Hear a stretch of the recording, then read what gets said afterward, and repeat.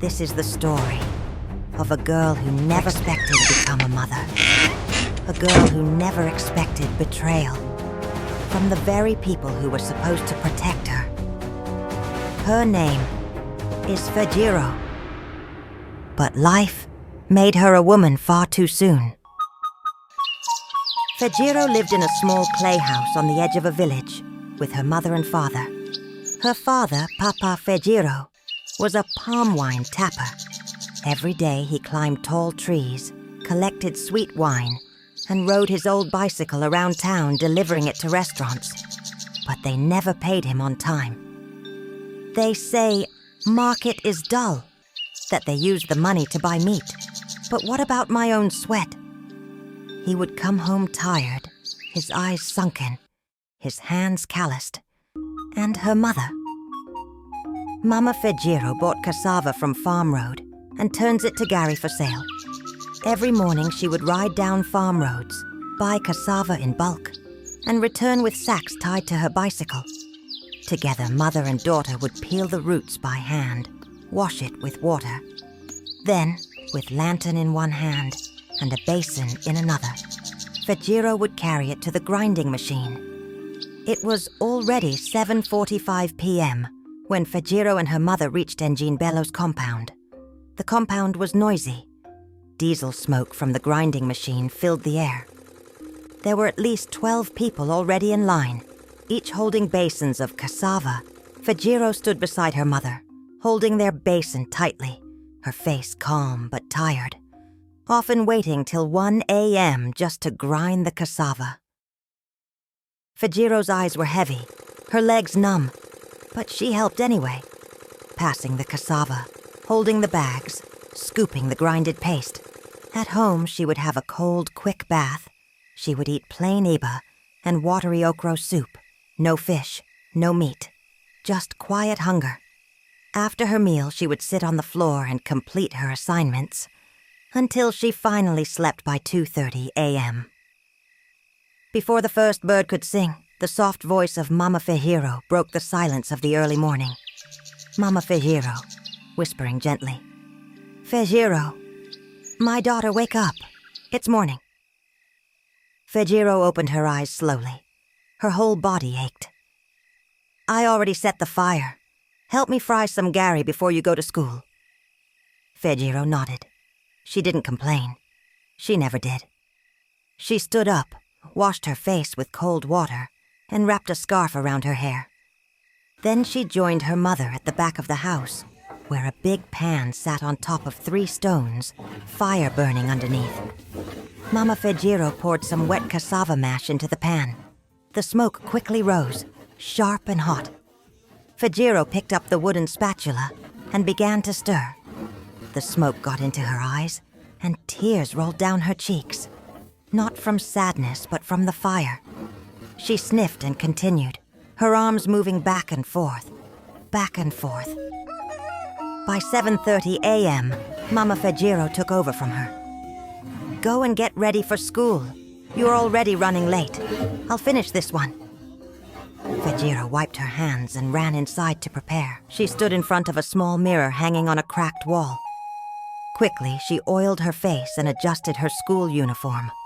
A white short-sleeved shirt neatly tied in front, and a soft pink pleated skirt.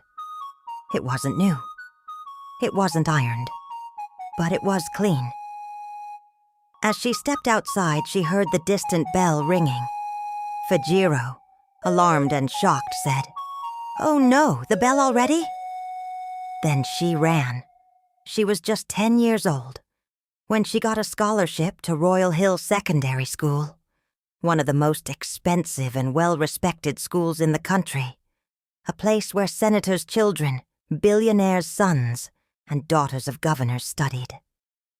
Fejiro knelt quietly in front of her classroom, SS1A. Her arms were raised in the air, her knees sore from kneeling. The sun was already hot, and sweat dripped down her back. A punishment, again, for coming late. She had run all the way from home just like every other morning. Behind her, laughter echoed. Rita, loudly with a mocking smile. "She's here again. Our village girl. Maybe she was helping her mother fry Gary this morning. Her two friends laughed with her, standing proudly with their lip gloss shining. All three wore the school uniform, just like Fejiro. But everything about them was different. Their short pink skirts were perfectly ironed and stylish. Their white shirts hugged their bodies neatly. Rita even wore a small chain on her ankle and a gold wristwatch. Look at her socks. Looks like she washed them in firewood ash, one of Rita's friends said, pointing at Fejiro. And her hair, the second girl said, laughing. Who still plats Didi in this school? She looks like my grandma's housemaid. Fejiro kept her head low. Her arms were hurting, but she didn't flinch. She was used to it. I came here to learn, not to look good. Let them laugh. Just then, the bell rang. The teacher allowed her to stand and go to her seat. The school bell rang again, this time longer. All students were called out to the assembly ground. The principal stepped forward with a wide smile. Good morning, students. Students, in chorus. Good morning, sir. Today is a very special day. We are welcoming 6 new youth corps members who will be working with us this term. They are here to teach and support your learning. Please show them respect and be kind to them. Rita, giggling as she nudged her friend. Oh my God, that one in the middle. Did you see him? Her friend, covering her mouth, whispering. He's so fine. Who looks like that and comes to teach here? Fejiro heard them clearly, but she didn't say a word. Still, she couldn't help but glance at Mr. Dele, just for a second. Fejiro smiled softly, not the loud, giggling kind, but the quiet kind. The students clapped. As the clapping faded, Fejiro looked back down. Students returned from the assembly talking loudly, some throwing paper balls, others applying powder and retouching their hair. The smell of body spray mixed with shoe polish and sweat hung in the air. Fejiro walked in quietly, as always. She made her way to the back row and sat at her desk, the old wooden one with carved names on it. Her books were neatly arranged inside a plastic bag. She didn't talk to anyone. She never did. Just then, footsteps echoed into the room. Tap, tap, tap. The class froze. In walked Mr. Dele. Some of the girls, especially Rita and her 2 friends, quickly adjusted their sitting positions, fixed their collars and crossed their legs. Rita, whispering, He's coming. Oh my God, he's finer up close. Corper Dele stood in front of the class, dropped his books gently on the table and smiled. Good morning, class. Class, in chorus. Good morning, sir. My name is Mr. Dele. I'll be taking you in mathematics this term, and I don't like noise.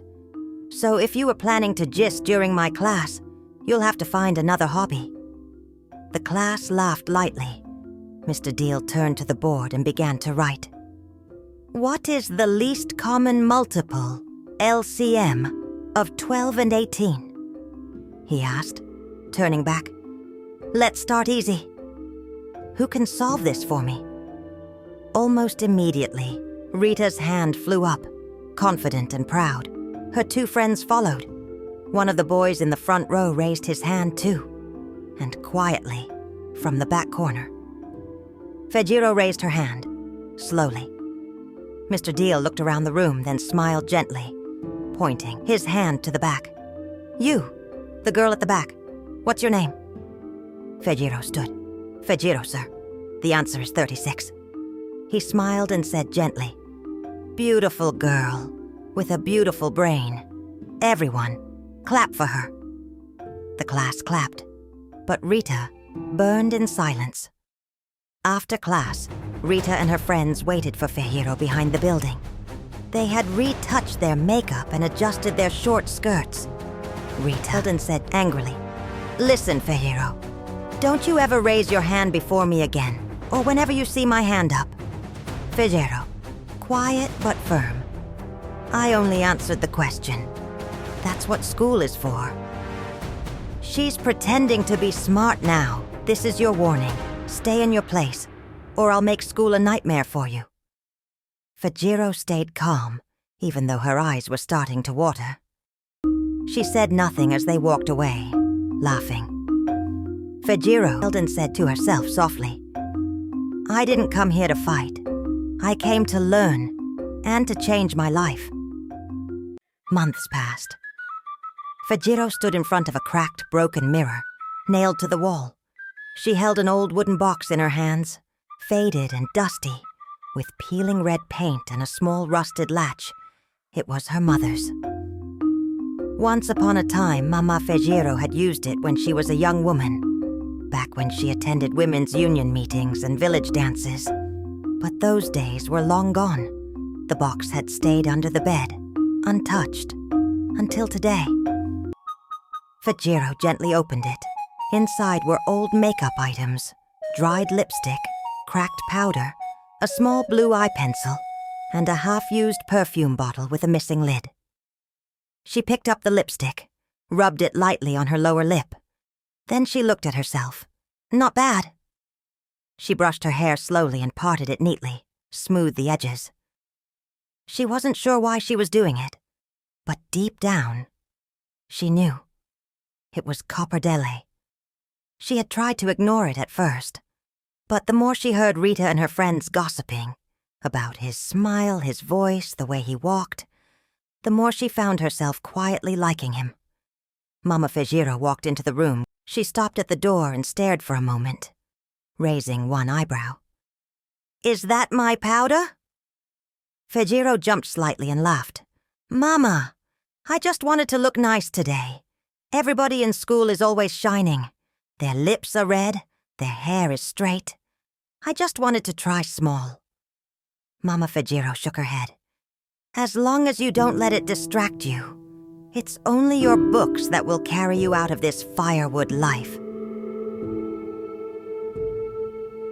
When Fejiro walked into Royal Hill that day, it felt like the wind paused. Her uniform was the same. A white shirt, soft pink pleated skirt, white socks with black stripes.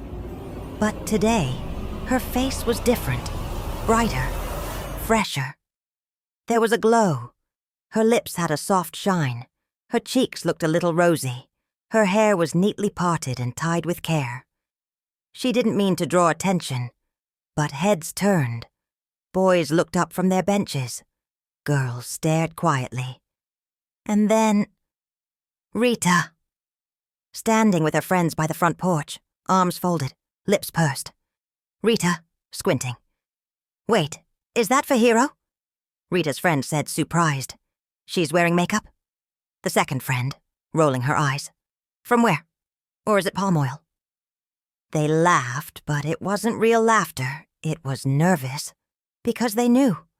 Today, Fejiro looked more beautiful and drew attention. In the staff room, Corper Dele was picking up some lesson notes when he happened to glance through the open window. His eyes paused. There she was, Fejiro. Not sitting quietly in the corner or walking with her head down like usual, but walking softly through the corridor, sunlight dancing across her face. Her eyes looked alive. Her ribbon fluttered in the breeze. Her lips, glossed just enough, curved into a shy smile as she passed two junior students. Dele stared for a moment longer than he intended, and said to himself, "She's actually beautiful." He shook the thought off quickly, cleared his throat, picked up his notes. But inside, a seed had been planted. Weeks later, Fejiro walked slowly, her mother's black nylon bag tucked under her arm. She had just returned from the village market, where Mama Fejiro had sent her to buy seasoning and dry fish. The sky was soft and gray, and her arms ached from carrying the small load. She was tired, but her heart felt light, until she heard his voice. "Fejiro!" She turned. It was Corper Dele, standing, his white NYSC shirt rolled up at the sleeves, a book in one hand, and a small earpiece in the other. Fejiro smiled faintly. "Good evening, sir." Mr. Dele, walking toward her. "Hey, let me help you with that." Before she could say no, he gently took the nylon from her hand. "Mr. Dale?" Grinning. "See? Not heavy at all. Where are you going?" Fejiro answered, shyly. "Home. My mum sent me to the market." They walked side by side, slowly. The silence between them wasn't awkward. It was gentle. Fejiro felt calm. She didn't even notice how close his elbow brushed against hers, until he stopped walking. They were just by the path that led to the Corps members' quarters. Mr. Dele said, smiling. "Fejiro, wait." She paused. "I noticed you don't have math's textbook. I brought an extra copy from my room. It's a good one. Has all the math topics. Let me quickly give it to you." Fejiro, nervous, glancing around. "Sir, I should go." "This is the boys' quarters. It's not for students." Mr. Dele started, laughing softly. "It's just for 1 minute. I'll give you the book at the door. Come." Fejiro hesitated, but he was her teacher. He had never shouted at her, never raised his voice. So she nodded. She followed. He opened the door and stepped in, then turned back and smiled. "Just stand there. I'll get it." Fejiro waited by the doorway, holding her elbows, but he didn't hand her anything. Instead, he came closer. Too close. Fejiro, whispering, "Sir, please, I really need to go." "You're always so quiet, so beautiful." Fejiro, step back. "No, sir. This place is for only boys. I have to go." She turned to leave, but suddenly, his hand grabbed her wrist. She gasped. "Sir, what are you— Please, No, let me go." what are you doing? What are you doing? Stop! Before she could scream again, he dragged her inside. He shut the door behind her. Fejiro screamed. "No, please, don't. Help. Somebody help." His hand covered her mouth. The walls didn't listen. The floor didn't move. And in that cruel silence, he stole her innocence. The room was still. Fejiro lay on the cold tiled floor, her knees pulled to her chest, black tears from her eyelids running down her face. Her cheap mascara smeared and mixed with sweat and horror. Her breath was broken. Her hands shook. Her heart was no longer hers. She didn't speak. She just cried out silently. She just lay there, like glass that had been shattered, but couldn't even make a sound. When she finally stood up, her legs could barely carry her. She picked up her mother's black nylon bag and ran out of the Corps Lodge like a ghost before someone will see her. She reached home just after sunset.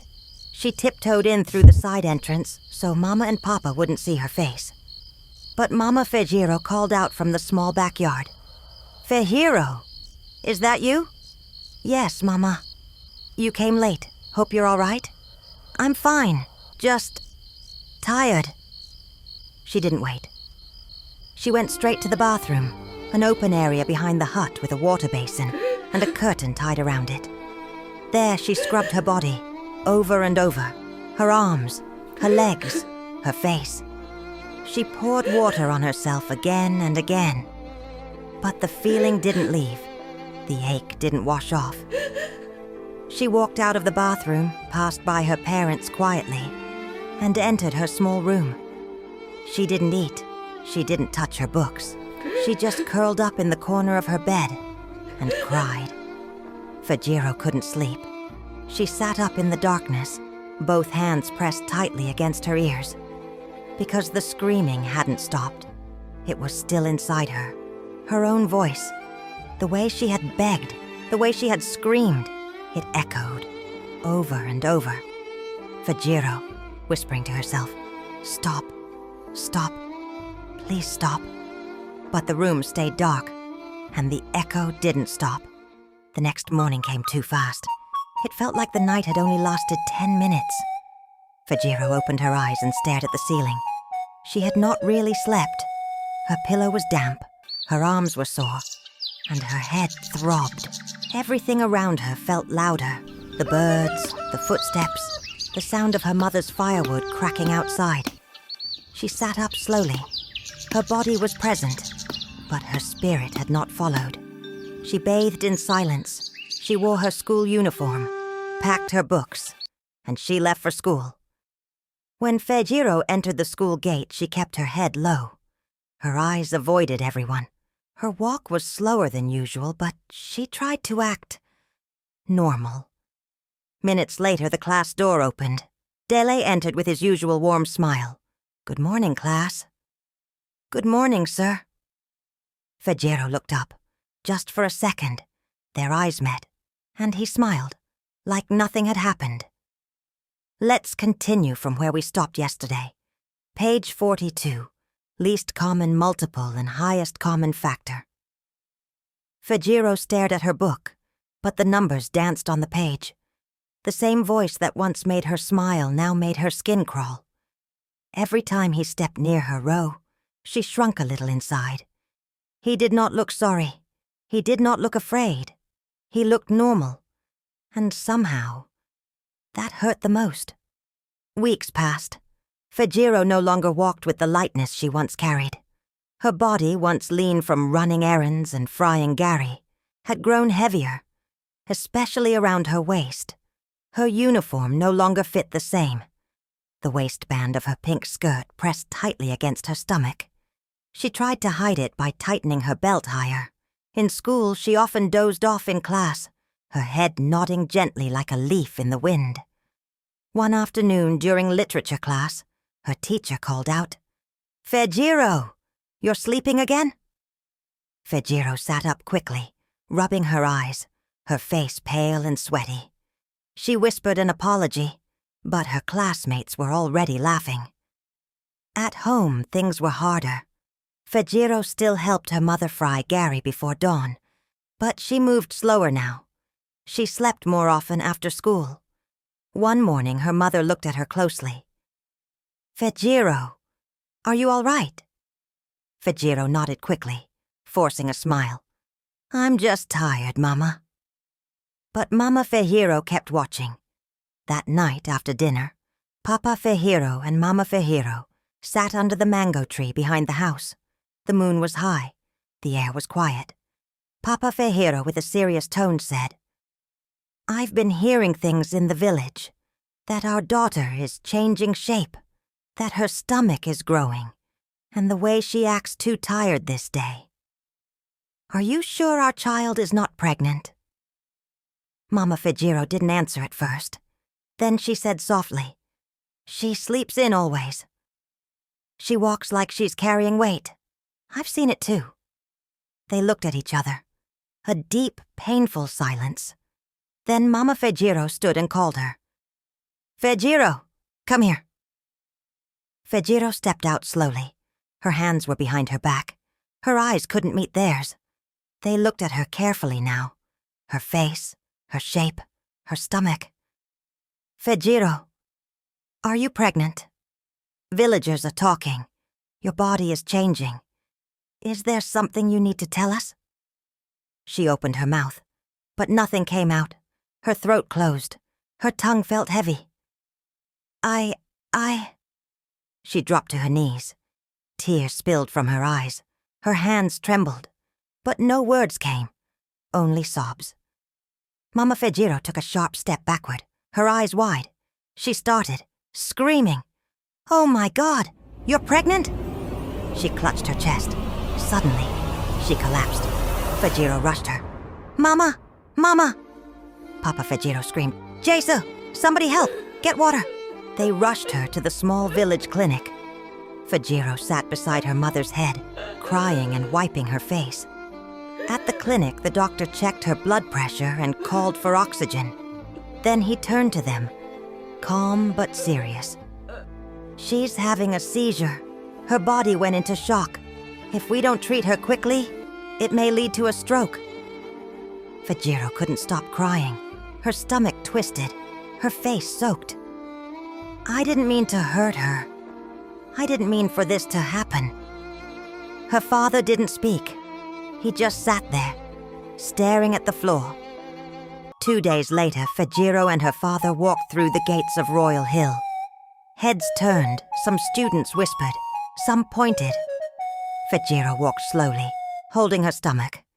Her skirt was loose now, with safety pins on the side to give it more space. They walked straight to the principal's office. Inside, the principal adjusted his glasses and stood up. "Mr. Okoye, what brings you—" Papa Fejiro, cutting in, trembling. "Your teacher, Corper Dele. He's the one who ruined my daughter." The principal sat back, shocked. "Corper Dele? But he's on off-duty this week. He traveled to Lagos." The room fell into silence. Just then, another copper, Mark, knocked and entered. He looked tense. The principal sat down heavily, murmuring, "Dear Lord." That night, in a city far away, Dele's phone rang. He picked it up slowly. "Hello, Mark. Dale, there's fire on the mountain. They're saying it's Fejiro. She's pregnant." Dele didn't answer, and that was the last anyone ever heard from him. He never returned, never wrote, never called. Mama Fejiro returned home from the hospital, but she never got up from the bed again. She lay still all day. Papa Fejiro became a shadow. People mocked him. At the palm wine joint, men laughed. "Isn't that the man who used to brag about his daughter's scholarship?" Another man would reply, "Now she's back with a baby inside." That's the only prize she brought home. One evening, on his way back from tapping, he saw 3 young boys pointing and laughing at him. "Oga scholar, how's the baby?" Papa Fejiro clenched his fists. He walked straight home. Fejiro was cooking tiredly that evening. She heard the door slam. Papa Fejiro stood at the entrance. He didn't speak. He walked into the small room, pulled her school bag from under the bed, and tossed it outside. Then he took her small plastic bucket, her slippers, her wrapper. Papa Fejiro's voice shaking with rage. "Leave, now!" Fejiro froze. Tears streamed down Fejiro's eyes. "Papa, please!" Papa Fejiro said angrily. "Don't come back with that thing in your stomach! You've killed your mother already! You've disgraced me! Leave!" Fejiro, dropping to her knees. "Papa, please! I have nowhere to go. Please, Papa." But he didn't hear. Or maybe he didn't want to. He pushed her hands away, walked inside, and slammed the door. Fejiro remained outside, kneeling on the ground, a small torn nylon bag beside her, one hand on her swollen stomach, her tears falling into the soil.